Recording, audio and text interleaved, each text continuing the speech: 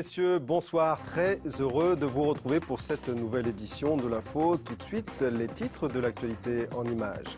E4V va s'installer au Mans pour y fabriquer des batteries pour les véhicules électriques.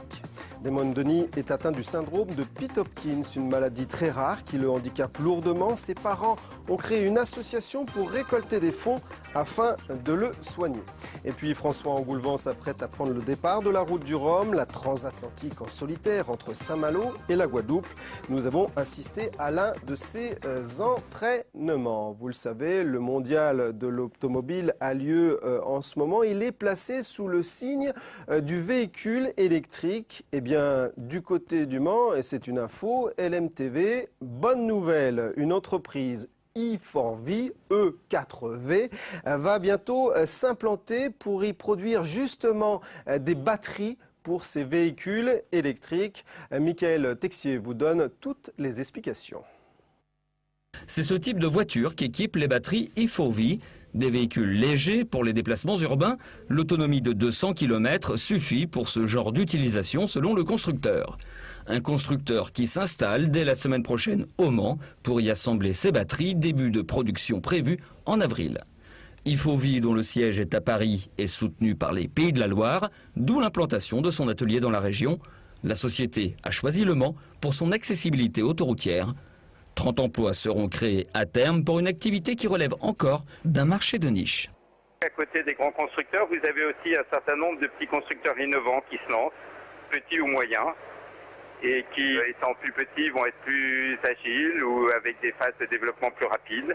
Une société innovante comme la nôtre est un partenaire naturel de tous ces constructeurs petits et moyens pour leur amener l'innovation de manière contrôlée et rapide. Ce qui n'empêche pas ensuite de travailler, d'être une alternative crédible vis-à-vis de grands constructeurs. Les ateliers seront provisoirement implantés sur l'ancien site Philips du Mans, le temps d'aménager les locaux définitifs au technopôle de l'université. Direction le Sud-Sarthe à présent, à Coulanger plus précisément, où habite Damon Denis. Ce jeune garçon est lourdement handicapé. Il est atteint d'une maladie orpheline appelée le syndrome de Pitt-Hopkins. Problème, ses parents ont tout simplement un mal fou pour trouver l'argent pour le soigner. Marine Wolf. À 4 ans, Damon n'est pas autonome. Il ne mange pas seul, ne parle pas, ne marche pas. Il est atteint du syndrome Pitt-Hopkins.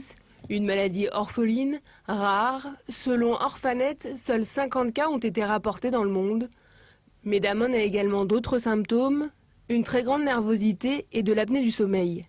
Donc souvent, la nuit, on se réveille, on écoute s'il respire toujours. Ça, c'est notre quotidien. C'est parfois très pesant. Dormir des fois 3 heures de la nuit et repartir au travail, oui, c'est dur, mais il faut assumer après. Enfin, on essaye. On se décourage parfois? Je le fais pas voir, mais ça m'arrive, oui. Faudrait refaire toute une batterie de tests et endormir Damon pourrait tuer Damon. Donc déjà on veut pas, puis personne ne veut prendre le risque. Donc du coup on saura jamais exactement s'il a vraiment... il a le Pitt-Hopkins, c'est sûr, mais s'il a vraiment qu'un Pitt-Hopkins. Voilà. Damon a des besoins spécifiques, notamment en matériel adapté. Et la facture est très salée. Le chariot de douche, c'est 1490 € dans ma mémoire. On m'a proposé un siège auto spécial pour enfants invalides, 1700 €. Une poussette médicale, 3000 €. Enfin voilà, un aménagement de voiture, 9000 €. Pour du matériel qui sera renouvelé de toute façon. La famille, qui a aussi 2 autres enfants, ne peut supporter les coûts. Le père travaille pour une entreprise de travaux publics. La mère a dû arrêter de travailler, faute de structure adaptée pour son fils. Damon a 4 ans. Il pourrait aller dans un institut médical à 6 ans. Mais il y a des listes d'attente. Et actuellement, non, personne... on ne sait pas en fait. L'Arche nous a refusé puisque... Damon n'évoluera pas, selon eux. Pour faire connaître la maladie et récolter des fonds, la famille a créé une association, un amour de petits trésors. Ils sont aujourd'hui près de 35 membres. Essayer aussi de faire en sorte qu'il soit reconnu quelque part, quoi. de manière à ce que les gens ne s'adressent pas vers eux en pitié, quoi, en fait. Plus avec, l'envie de faire quelque chose que l'envie de dire « oh, les pauvres ». C'est Laurent Lejeune qui animera le loto le 16 octobre prochain à Lucé-Pringé. Ils espèrent ainsi pouvoir améliorer le quotidien de ce petit trésor.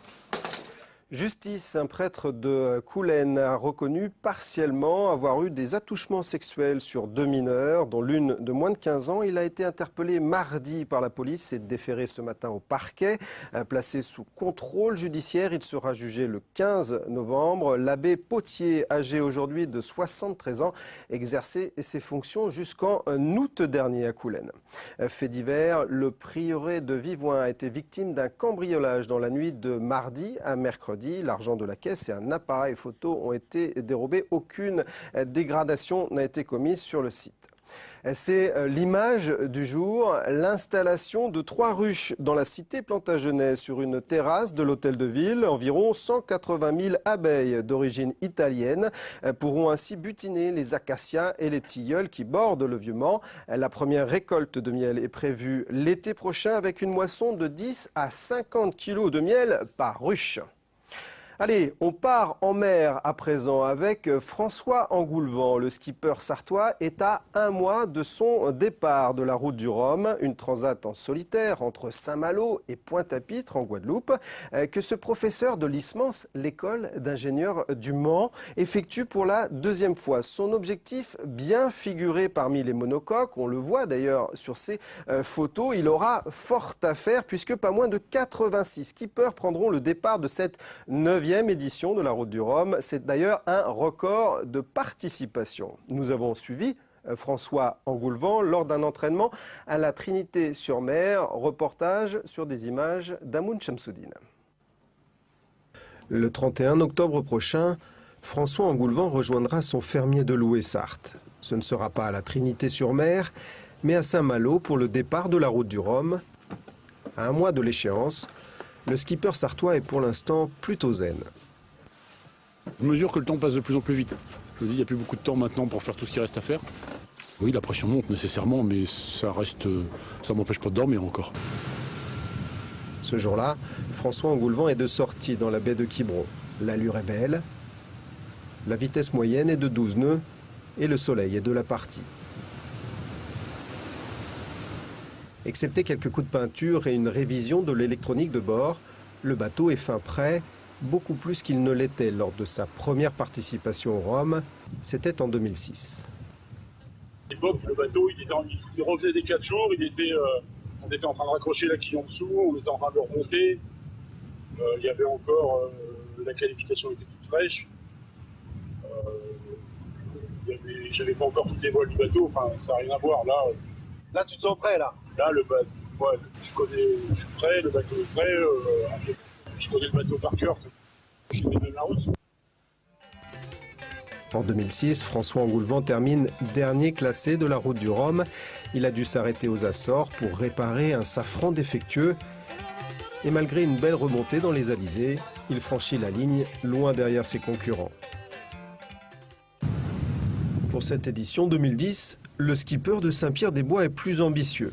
Certes, il ne s'agit pas de rivaliser avec les multicoques, mais de bien figurer parmi les classes 40 des bateaux de 12 mètres de long où l'on compte 45 des 86 bateaux au départ de la course.